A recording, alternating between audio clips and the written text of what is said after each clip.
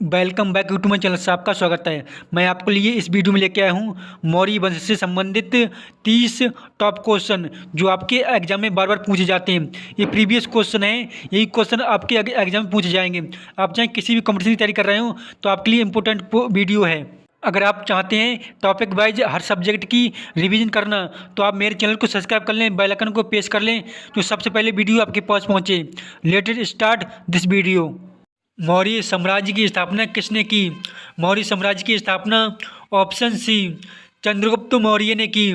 चंद्रगुप्त मौर्य ने नंदवंश के अंतिम शासक घनानंद की हत्या करके चंद्रगुप्त मौर्य ने मौर्य वंश की स्थापना की। चाणक्य को और अन्य किस नाम से जाना जाता था? चाणक्य को अन्य और नाम से जाना जाता था। चाणक्य चंद्रगुप्त मौर्य का प्रधानमंत्री और गुरु था। चाणक्य के अन्य दो नाम थे कौटिल्य और विष्णुगुप्त। इस क्वेश्चन का answer option D Vishnugupta. Chanakya किसका प्रधानमंत्री था? चाणक्य ऑप्शन बी चंद्रगुप्त मौर्य का प्रधानमंत्री था। अर्थशास्त्र की रचना किसने की थी? अर्थशास्त्र की रचना की थी ऑप्शन ए कौटिल्य। इन्हीं का नाम था चाणक्य जो चंद्रगुप्त मौर्य के गुरु व प्रधानमंत्री थे। कौटिल्य के अर्थशास्त्र में किस पहलू पर प्रकाश डाला गया है? कौटिल्य के अर्थशास्त्र में ऑप्शन डी राजनीतिक नीतियों पर प्रकाश डाला गया है। कौटिल्य ने राजनीतिक नीतियां मौर्य वंश की नियमों के बारे में लिखा है। चंद्रगुप्त मौर्य ने अपने अंतिम दिन कहाँ गुजारे? चंद्रगुप्त मौर्य ने अपने अंतिम दिन कर्नाटक के श्रवणबेलगोला में गुजारे।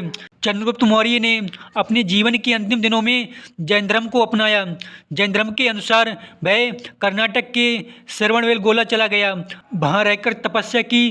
तपस्या करने के अनुसार उसने संलेखना विधि के द्वारा अपने जीवन का त्याग किया। किस राजा की कहानी में मुद्रा राक्षस नाटक का विषय है? मुद्रा राक्षस नाटक का विषय ऑप्शन बी चंद्रगुप्त मौर्य। मुद्रा राक्षस नाटक के रचनाकार थे विशाखादत्त। प्रसिद्ध यूनानी राजदूत मेगास्थनीज भारत में किसके दरबार में आए थे? मेगास्थनीज ऑप्शन ए चंद्रगुप्त मौर्य के दरबार में आए थे।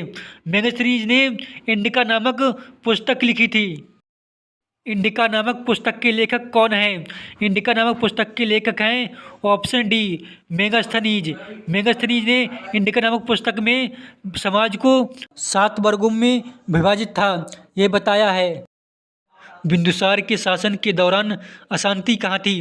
बिंदुसार के शासन के दौरान तक्षशिला में 2 बार विद्रोह हुआ। प्रथम विद्रोह को अशोक ने दबाया, दूसरा विद्रोह जो सुसीम ने दबाया। इस क्वेश्चन का answer option C Takshashila. Takshashila में बिंदुसार के समय में अशांति थी।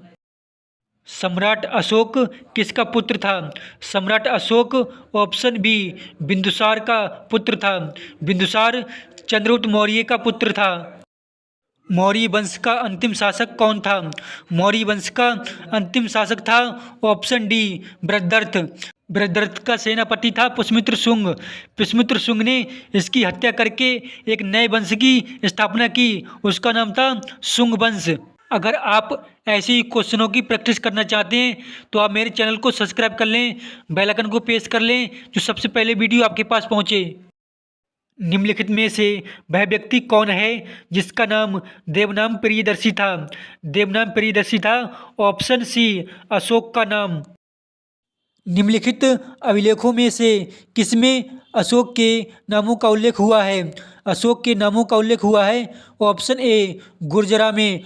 एक और स्थान है मास्की जो वर्तमान में दोनों मध्य प्रदेश राज्य में पड़ते हैं। कलिंग युद्ध की विजय तथा क्षत्रियों का वर्ण अशोक के किस शिलालेख में मिलता है? कलिंग युद्ध की विजय तथा क्षत्रियों का वर्ण ऑप्शन डी 13वां शिलालेख में हुआ है। कलिंग विजय के उपरांत अशोक महान ने निम्नलिखित किस धर्म को अपना लिया था? कलिंग युद्ध के उपरांत अशोक का हृदय दुख से भर गया। इसमें 1 लाख से अधिक सैनिकों की हत्या हुई थी, हजारों घायल हुए। इसी वजह से अशोक ने कभी युद्ध न करने का प्रण किया और शांति चाहने लगा। तब अशोक ने उपगुप्त नामक बौद्ध साधु से दीक्षा ली। इस क्वेश्चन का आंसर ऑप्शन सी बौद्ध धर्म अपनाया था। सांची का स्तूप किसने बनवाया था? सांची का स्तूप ऑप्शन ए अशोक ने बनवाया था। अशोक के शिलालेखों को पढ़ने वाला प्रथम अंग्रेज कौन था?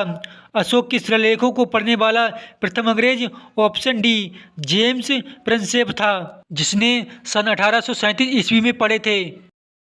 किस स्थान के निकट प्रसिद्ध कलिंग युद्ध लड़ा गया था? प्रसिद्ध कलिंग युद्ध लड़ा गया था ऑप्शन सी धौली नामक स्थान, जो अभी वर्तमान में उड़ीसा में पड़ता है।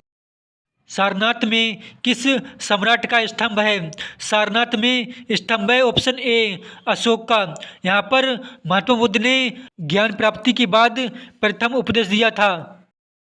निम्नलिखित में से अशोक का उत्तराधिकारी कौन था? अशोक का उत्तराधिकारी था ऑप्शन ए कुणाल।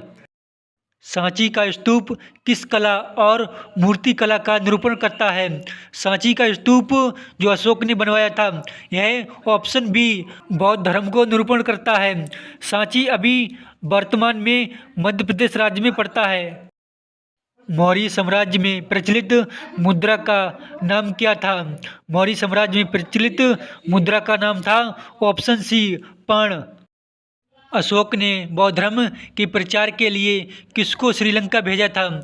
अशोक ने बौद्ध धर्म के प्रचार के लिए ऑप्शन डी महेंद्र और संघमित्रा के लिए भेजा था, ए और बी दोनों। अशोक ने किस बौद्ध साधु से प्रभावित होकर बौद्ध धर्म अपनाया था? अशोक ने बौद्ध साधु से प्रभावित होकर ऑप्शन सी उपगुप्त से प्रभावित होकर उसी से बौद्ध दीक्षा ली थी। कलिंग युद्ध किस वर्ष हुआ था? कलिंग युद्ध हुआ था ऑप्शन ए 261 ईसा पूर्व। कलिंग युद्ध के बाद अशोक का हृदय दुख से भर गया, कभी युद्ध न करने का प्रण किया। मौर्य काल के दौरान शिक्षा का सबसे प्रसिद्ध केंद्र निम्न में से कौन सा था? मौर्य काल के दौरान शिक्षा का सबसे प्रसिद्ध केंद्र ऑप्शन डी तक्षशिला था। मौर्य वंश के शासन के दौरान स्थानिक कौन था? मौर्य वंश के शासन के दौरान स्थानिक था ऑप्शन ए जिला प्रशासक। अशोक के शिलालेख किस लिपि में लिखे हुए हैं? अशोक के शिलालेख 4 लिपियों में लिखे हुए हैं, सभी अलग अलग स्थान पर मिलते हैं। जो भारत में लिखे हुए मिले हैं वो लिखे हैं ऑप्शन बी ब्राह्मी लिपि में लिखे हुए मिले हैं। अरमाइक, खरोष्टी, ग्रीक 4 लिपियों में लिखे हुए हैं।